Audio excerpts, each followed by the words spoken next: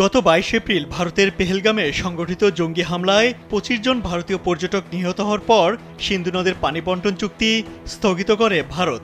এর পাল্টা পদক্ষেপ হিসেবে গেল 24 এপ্রিল সব ধরনের ভারতীয় উড়োজাহাজের জন্য নিজেদের আকাশসীমা ব্যবহারে নিষেধাজ্ঞা দেয় পাকিস্তান। এরপর দুদেশের মধ্যে থেমে যায় যুদ্ধ।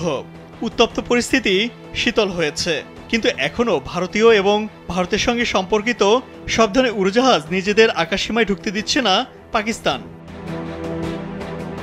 এমনকি নতুন করে এ নিষেধাজ্ঞার মেয়াদ আরও 1 মাস বাড়িয়েছে দেশটির বিমানবন্দর বিষয়ক কর্তৃপক্ষ পাকিস্তান এয়ারপোর্ট অথরিটি PAA। শুক্রবার এ বিষয়ে একটি নোটিশ জারি করে PAA। সেখানে বলা হয়েছে আগামী 24 আগস্ট ভারতের সময় অনুযায়ী ভোর 5:19 পর্যন্ত কার্যকর থাকবে এ নিষেধাজ্ঞা। স্যান্ডেলিনা সো, রূপচর্চায় আভিজাত্য। যতদিন নিষেধাজ্ঞা থাকবে ততদিন পর্যন্ত ভারত এবং ভারতের সঙ্গে সম্পর্কিত কোনো সামরিক, বেসামরিক কিংবা যে কোনো ধরনের উড়োজাহাজ যদি পাকিস্তানের আকাশসীমায় দেখা যায় তাহলে কঠোর পদক্ষেপ নেওয়া হবে। এপ্রিলে নিষেধাজ্ঞা জারির পর কয়েক দফায় তার মেয়াদ বাড়ালো পাকিস্তান।